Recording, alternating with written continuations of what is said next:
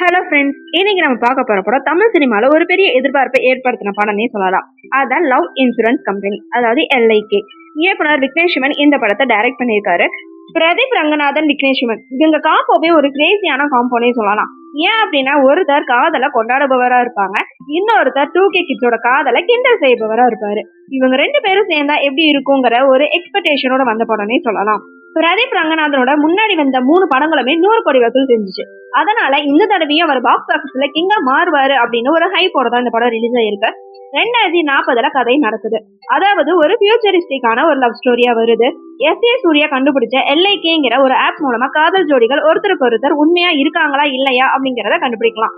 இதுதான் படத்தோட மெயின் கதையா காட்டப்படுது. நீங்க என்ன சப்ஸ்கிரைப் பண்ணலைன்னா மறக்காம சேனலுக்கு சப்ஸ்கிரைப் பண்ணிடுங்க. உங்களோட ஒவ்வொரு சப்ஸ்கிரைப் தான் எங்களை அடுத்த வீடியோ போட வைக்கும். 2040 சென்னை எப்படி இருக்கும்னு விக்னேஷ் சிவன் காட்டியிருக்கிற விதம் கொஞ்சம் நல்லா இருக்கு. சின்ன சின்ன டீடைலிங் கூட ரசிக்கும்படியா இருக்கு. டெக்னிக்கல் டீம் செமையா ஒர்க் பண்ணிருக்காங்கிறது நல்லாவே தெரியுது.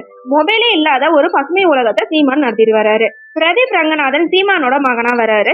அங்க சோசியல் மீடியால தப்பு பண்றவங்களுக்கு தண்டனையும் கொடுக்கப்படுது. பிரதீப் கீர்த்தி செட்டிய பார்த்த உடனே காதல விழுகிறாரு.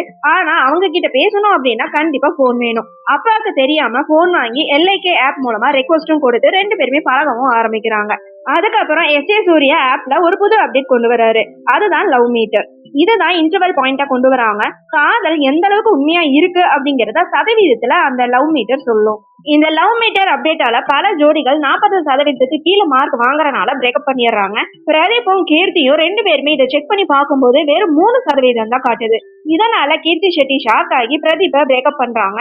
ஒரு ஆப் எப்படி தன்னோட காதலை முடிவு பண்ணலாம், இதெல்லாம் போய் இந்த ஆப்பே ஒரு ஃபேக் அப்படின்னு நிரூபிச்சு தன்னோட காதலை மீட்பேன் அப்படின்னு பிரதீப் சபதம் எடுக்கிறாரு. இங்கதான் படம் கொஞ்சம் சுவாரஸ்யம் ரொம்பவே கம்மியாகுது. கதாபாத்திரங்களுக்கு அந்த அளவுக்கு பலம் இல்லையே அப்படிங்கிற மாதிரி ஃபீல் கண்டிப்பா வரும். விக்னேஷ் சிவன் படத்துல அந்த எமோஷனல் லவ் கனெக்ட் இதுல ரொம்பவே மிஸ் ஆகுது. தொழில்நுட்பங்கிறது சில டேட்டாவை மட்டுமே கணக்கு போடும்.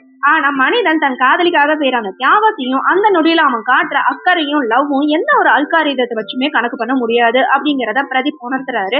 ஒரு கட்டத்துல ஆப் காட்டுற அந்த சின்ன சதவீதத்தை விட தான் கண்ணு முன்னாடி பிரதீப் காட்டுற அந்த உண்மையான பாசம் ரொம்ப பெருசு அப்படின்னு கீர்த்தி செட்டி உணர்றாங்க. ஆப்பையும் தாண்டி இதயபூர்வமான லவ் தான் முக்கியம் அப்படின்னு உணர்ந்து 2 பேருமே கடைசியில சேர்றாங்க.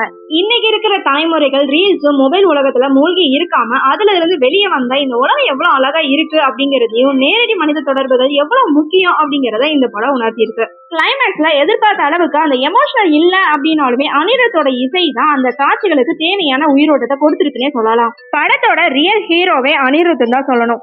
எனக்கென யாரும் இல்லையே, தீமா தீமா அடவடி பாடல்கள் எல்லாமே வேற லெவல்ல இருக்கு. பேக்ரவுண்ட் மியூசிக் தான் கதையை தாங்கி பிடிச்சிருக்குன்னே சொல்லணும். பிரதீப் மொத்த படத்தையும் தோல்ல சுமந்திருந்தாலுமே சில இடங்கள்ல அவரோட நடிப்பு கொஞ்சம் கனெக்ட் ஆகாத மாதிரிதான் இருக்கு. சூர்யா ஒரு மிரட்டலான ரோல் பண்ணுவாருன்னு பார்த்தா அவருக்கு ரோல் ரொம்பவே கம்மியா இருக்கு. சீமான், கீர்த்தி செட்டி, யோகி பாபு எல்லாருமே கொடுத்த வேலையை கரெக்டா பண்ணியிருக்காங்க.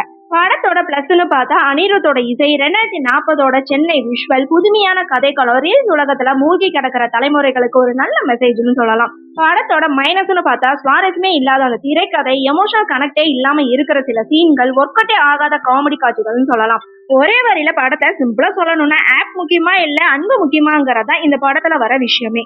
ஆக மொத்தத்துல லவ் இன்சூரன்ஸ் கம்பெனி எப்படி இருக்குன்னு கேட்டீங்கன்னா, எதிர்பார்ப்ப முழுசா பூர்த்தி செய்யல அப்படின்னாலுமே அனிருத்துக்காகவும் அந்த விஷுவலுக்காகவும் வேணா ஒரு தடவை பார்க்கலாம். ஓகே ஃப்ரெண்ட்ஸ், நெக்ஸ்ட் வீடியோல பார்க்கலாம். இந்த வீடியோவை மறக்காம லைக், ஷேர், சப்ஸ்கிரைப் பண்ணுங்க. தேங்க்யூ.